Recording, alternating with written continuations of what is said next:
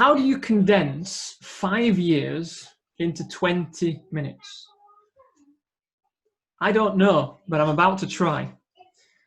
I joined Toastmasters in August 2015, so next month celebrates my 5-year anniversary as a member of this club. When I first walked through the doors into meeting room 2 of the Novotel, I was a fumbling, trembling wreck. I still remember my first table topic was barely 60 seconds long, and I'd been pushing my wedding ring into my finger so hard with nerves that I sliced the skin on either side.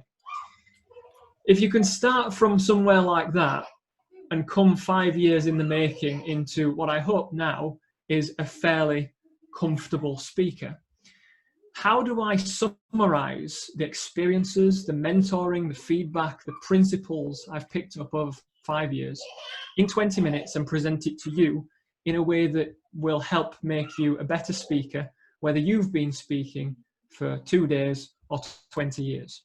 That's the task that I'm faced with, and I hope that in the time that we've got together this evening, I can do just that. Leave you empowered, leave you informed, leave you educated, and going from here, perhaps to be a little more decisive in the communications that you're going to impart from now on. I'm going to share 10 principles. All 10 of them begin with the letter P. All 10 of them are designed to help you become a more effective communicator. The first P is preparation. I'm going to start a saying and you can complete it. Let's see how well you are versed in this. Fail to prepare is to prepare to fail. Is to prepare to fail. Spot on. We know it. We're well versed in it. And the sad thing is that we often don't take notice of that saying. Why? Because it was presented to us by a well-meaning parent, teacher, or friend at the precise time we least wanted to hear it, because it was at a time where we fudged up and got something wrong as a consequence of not preparing properly. Preparation is vital, especially when you're going to speak in public. Do your homework. Know a little bit about your audience. Know a little bit about the organization if it's a job interview. Know a little bit about how you intend to structure and present the information that you're going to deliver. When an audience listens to a speech or presentation that you have prepared, they put their faith and their trust in you. That deserves to be met with some degree of seriousness and preparation. And so a few times in my life, I have nursed a severely bruised ego, but I've nursed one because I didn't do the preparation. And I've started to learn that the more you prepare, the less you feel the anxiety that comes along with speaking. There will always be anxiety. There will always be apprehension. That's natural and it's good. It means that you want to succeed. It means that you want to do well and perform well. But there is so much anxiety that can be alleviated by simply preparing properly. Always prepare. P number 2 is punctuality. When an audience listens to a presentation that you have delivered, again, they have placed their faith and confidence in you. And an awful lot of goodwill can be lost by not starting on time and not ending on time. I have never taken anything out of a meeting between its intended finish time and its actual finish time. The reason? We switch off. We're thinking about meal plans. We're thinking about going home to see the ones we love. We're thinking about how we're going to implement what's been shared, and we lose focus. We only have so much mental stamina. And if somebody takes too much of our time, we feel like we've been robbed of it. It is better to curtail your presentation to fit into time than to try and say something with time that was never yours to take in the first place. It takes time and it takes practice, but it's better to edit your presentation than it is to run over time. Consider how you might keep punctuality in future. P number 3 is posture. I resonate well with this picture because I was once a young piano student and often approached practice in this exact manner. How you stand affects how you speak. If you stand straight with shoulders and chest out, you're creating a larger space for your diaphragm. The diaphragm is the muscle that is needed in order to take in air, regulate its use, and create resonant, sustained sound. If you don't stand up straight and you slouch or you create a defensive stance, you close in the diaphragm and you're affecting the quality of the sound of your voice. Standing up straight is one of the most important first principles for an effective speaker, because your voice will only ever be as strong as the platform that you build for it. And you build the platform with the posture and how you stand and how you hold yourself. So not only does it create a better, more resonant voice, it inspires confidence in you as a speaker because you look as though you're standing tall and you have a message of import to share. If you practice nothing else than to begin with, practice good posture, and the rest will follow from that foundation that you've built. The next P is projection, not to be mistaken for sheer volume. You can go to a Leeds United football match when you're not in lockdown, and you can shout and scream and sing lots of songs, but you will have no voice the next day. That is volume. That comes from the chest through the throat area and does an awful lot of damage to your vocal cords. Projection comes from a well-regulated diaphragm, and that comes from posture. So if you get your posture right, you're able to take in that air, expand the diaphragm, and project your voice from the stomach area as opposed to the chest and the vocal cords and damage your voice. Effective projection does very little, if not no damage to your voice whatsoever.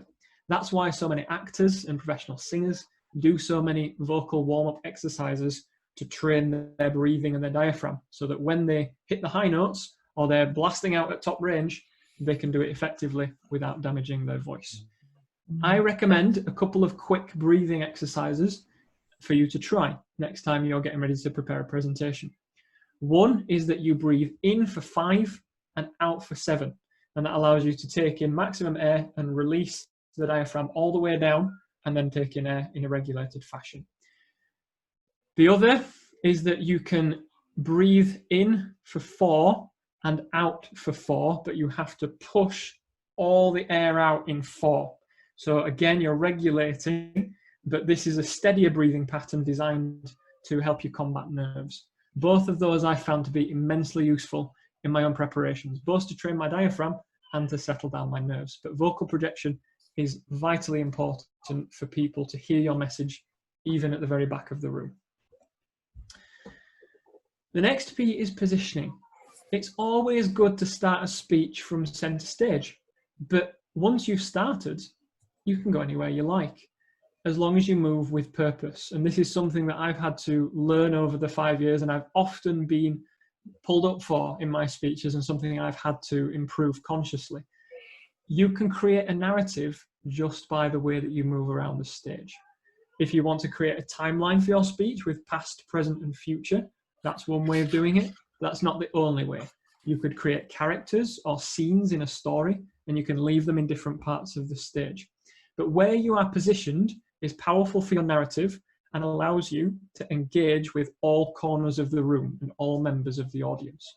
It's something that takes practice, and it's something that takes courage to explore the space that's being given to you. But if you can even visit the place beforehand and see what space you're working with, it's immensely useful to know how you're going to move around the stage and interact with all members of the audience. The next P is for pace. The speed of your voice can do so much for a speech. If you're thrilled and excited and you're passionate and you want to deliver an important message, then you can speed up. But if you want people to take you very seriously, then slowing down the pace of your voice can make all the difference. Depending on the emotional impact you want to convey, the pace of your voice can have a massive influence over that. It's also important to remember that when you're speaking from a stage in a presentation, you can afford to speak at about half the speed you would normally speak in a day-to-day conversation. Recommended speaking pace is between 120 to 150 words a minute. That's just over 2 words a second. You can afford to speak slower. And in fact, if you want people to take your message away and really absorb it, then you need to give them the time to do that. And the speed of your speaking really matters. Pace is also vital. The next P. Sometimes we just need to pause. Sometimes we just need to give people a few seconds. Sometimes silence can be as impactful as anything you can say. When you give people time to process what you're saying, they might either draw something from what you've said or draw something from what they feel because of what you've said. Never be afraid to let a moment of silence rest. On average, a classroom teacher leaves a gap of about 1.3 seconds between posing a question and demanding an answer from students. Now, if that's a high tariff, high stakes question, you know that 1.3 seconds isn't nearly enough time. 5 to 7 seconds is probably more appropriate. Now that sounds like an eternity, but let's try. I'm going to present a question and I'll give you 5 seconds to think about it. Which of the principles have you learned so far in this presentation that you would most like to apply?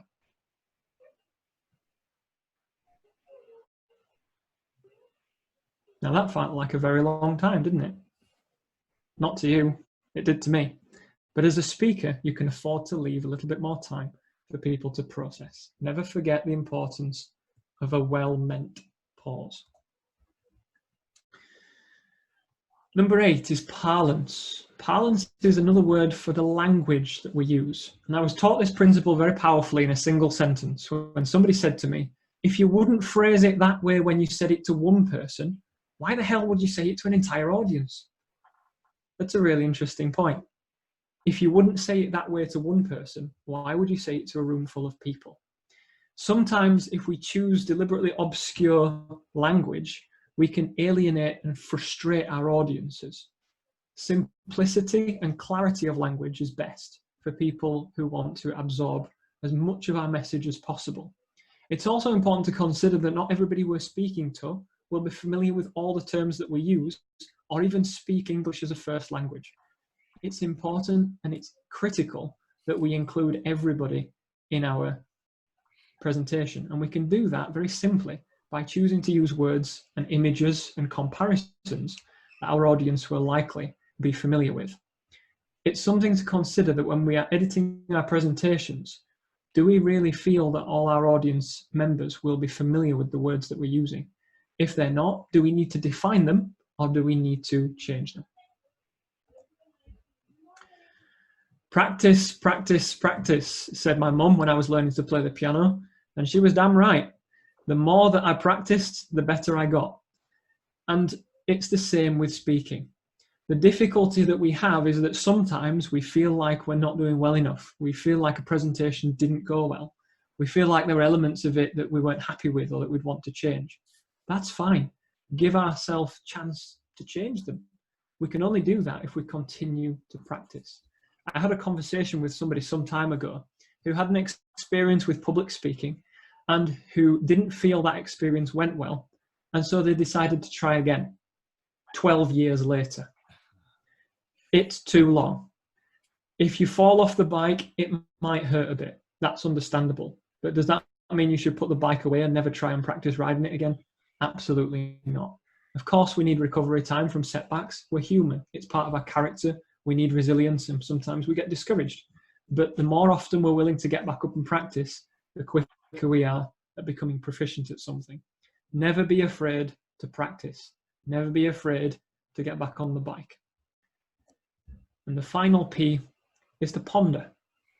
This is one of the most important elements of becoming an effective speaker.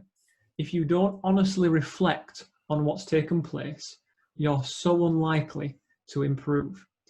There are two extremes in being a reflective speaker. There is crushing self-criticism and there is complacency. We need to land in the middle of those two, and we call that consistency. Crushing self-criticism comes from giving ourselves an enormous list of things that didn't go well and an enormous list of things to improve and overwhelming ourselves with it.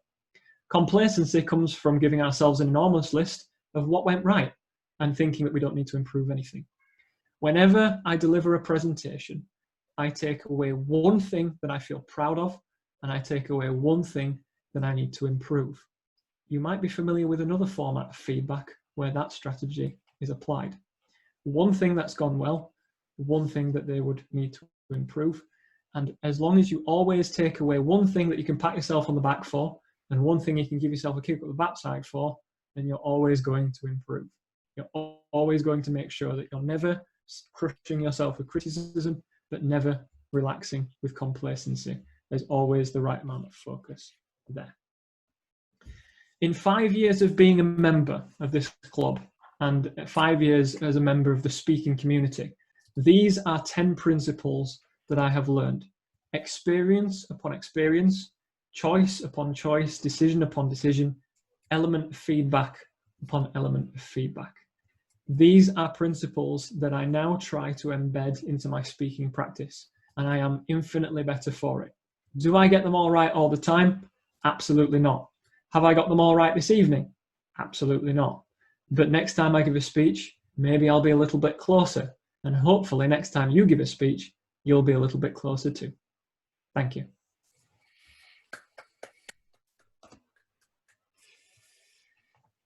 Thank you very much, Simon.